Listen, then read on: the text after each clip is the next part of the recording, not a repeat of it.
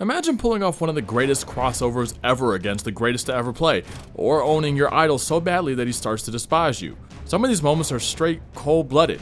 Let's look at 6 times a young superstar embarrassed his idol on the court. Number 6, rookie AI gets the GOAT slipping and sliding. This wasn't just a young player embarrassing his childhood hero. No, this is one of the most iconic moments in all of sports history. On March 12, 1997, Allen Iverson stuck it to the GOAT by delivering a nasty left-to-right cross at the top of the key. Iverson has Jordan. The crowd is into it. Allen shakes free. Gets 2!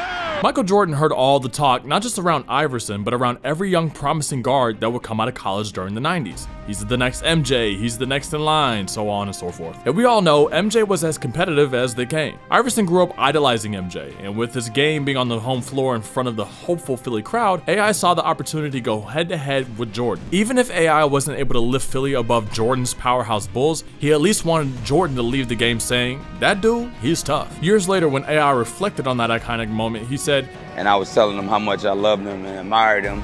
He was my hero." You could tell that to this day, AI hangs his hat on the great moment he had on the court against his hero. MJ even said after the game to Iverson, and he was like, "Well, I couldn't have been too much of a hero to you if you crossed me like that." So. Clearly, the rookie gained the respect of the player who was still the consensus greatest player in the world in 1997, Michael Jordan.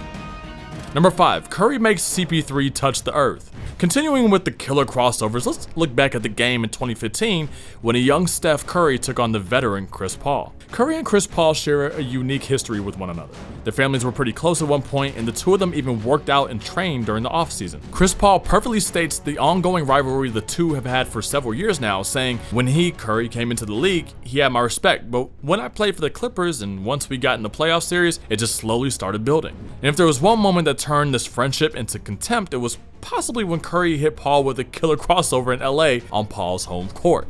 In a high pick and roll situation, Curry made his move to the basket until he was shut off by DeAndre Jordan. Curry then retreated to the Warriors baseline, went with the double behind the back crossover, stepped back, and nailed the shot in front of Warriors bench that erupted after the silly great move. Curry inline shakes Paul out of his boots and hits a fallaway jump shot.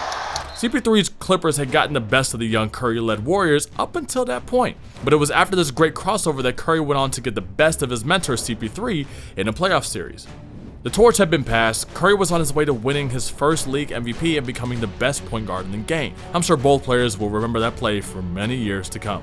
Number 4, he used to go to his baseball camp as a middle schooler, dunking on his head in a Game 7. How many players in league history can say they dunked on their childhood hero? That's exactly what Jason Tatum did to LeBron James in Game 7 of the 2018 Eastern Conference Finals. The series Tatum played in 2018 against LeBron and the Cavs officially put the league on notice. Jason Tatum was becoming a borderline superstar, and his best moment came in a win-or-go-home Game 7 at home. With the Cavs holding on to a narrow 71-67 lead with 6 minutes to go in the ballgame, Tatum ran off the high pick and roll, switched gears at the top of the key, and saw a clear lane to the basket. Well, almost clear. The only man that stood between Tatum and the basket was LeBron James. Tatum saw the opportunity, gathering his dribble and strongly rising over the contested head of LeBron and slammed it right on his head. And to add insult to injury, Tatum met LeBron after the dunk with a little chest bump and was screaming as loud as TD Garden was. With 6:45 remaining, Tatum drives down and throws it down! Wow! Tatum loved every bit of that moment. Tatum was admittedly starstruck after the game, saying, "I grew up, watching LeBron and asking him to follow me back on Twitter, going to his camps. My first year to be able to compete against a player like him, so it's something I'll always remember." And let's be honest, Tatum probably dunked on LeBron because he didn't follow him back on Twitter, but you know what? It's water under the bridge. Number 3, Kobe snatches the torch from MJ. Perhaps no one idolizes Michael Jordan the way Kobe Bryant did. Kobe was obsessed with learning all of MJ's moves. He even tried copying all of MJ's mannerisms, including chewing gum like Mike, wearing a band on his leg, the earrings, the post-game press conferences, you name it.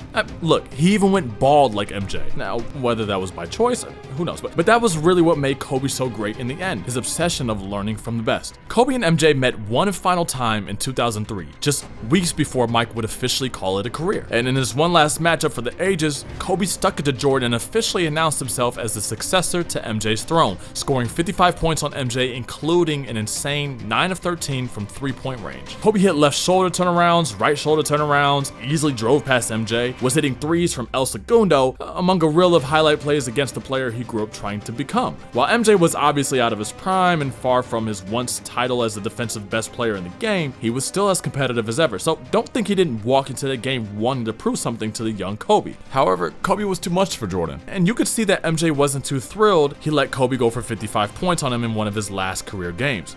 And MJ wasn't terrible in that game either. He notched 23 points on nearly 50% shooting, but it was clear as day that MJ was no match for Kobe and that the proverbial torch had officially passed. Even though he was 40 years old at the time, MJ certainly wishes even today that Kobe hadn't done him like that. Number 2, Trae Young and KD's scuffle. Trae Young and Kevin Durant have some cool history together. KD even said it himself. I've known Trae since he was 10 years old. I respect Trae Young. And then when Young once tweeted, idols become rivals after the Hawks played KD and the Nets early in the 2021 season. Young has seen KD as more of a mentor and a teacher than anything else. Certainly not a rival. Growing up in Oklahoma, Young came up watching the Westbrook KD hardened OKC Thunder, turning a predominantly football-favored state into a state that bled the OKC blue. He saw KD go head-to-head with LeBron in the finals and saw him take home the 2014 NBA MVP that one great year, so you knew that Young would go after it in his chance against KD on the real stage. In an early season game in December, the Hawks came into the season with the swagger of a team that was this close to reaching the NBA Finals. They even advanced further into the tournament than KD's Nets did in the previous season. So Young was out there playing as if he were the best player on the floor. The game was nip-tucked throughout, and while KD and the Nets got the last laugh of the intense playoff-like battle, Trae gave KD a good run for his money by tallying 31 points of his own, including several nasty buckets. And here's where things got chippy. After KD hit a pull-up jumper to give his team a 5-point lead, Here comes Durant. Pull-up jumper. Trae and the Hawks came down the other end to pull within one possession with less than 2 minutes remaining in the game. In a pick-and-roll situation, KD blitzed the screen and gave Young a pretty good shove from behind. And despite being more than a foot shorter than the 7-foot KD, Young shoved KD back and got all up in his face. The two shared some words, with the arena erupting in response to the skirmish that was taking place on the court. These two were competitors. Both KD and Young got separated with smiles on their faces, enjoying every second of these final moments in a close game. When you got Kevin and you got Harden, you got two guys that love to finish the Come on now. Now Trae Young and Kevin Durant getting into it a little bit.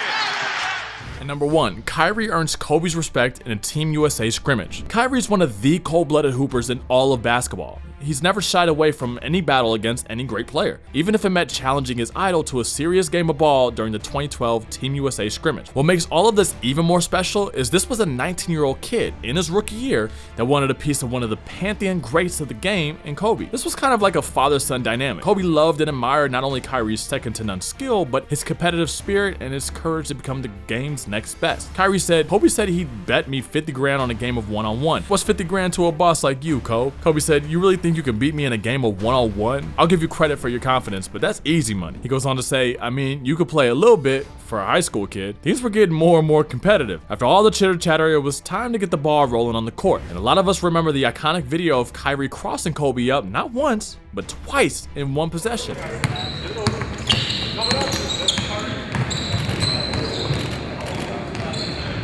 Let's just say that the high school kid earned Kobe's respect from that point on. It was extremely gutsy for a 19-year-old to openly challenge one of the game's greatest and then proceed to put on a show in front of Team USA the way he did that day. Idols become rivals will always be one of the coolest moments in sports. You're a young guy who gets the opportunity to stand face to face with the man you grew up living and dying for. It's a moment we all dream about. What makes these moments special is that these idols are aware of the young guys who grew up watching them play. They know that these youngsters are next in line, so it's like a bittersweet moment. Legacies of former legends in the NBA are always carried on because the great players that came after them took a thing or two from the game of their idols. It's a true passing of the torch moment when players get the best of their idols. It's one of the great reasons we love the NBA.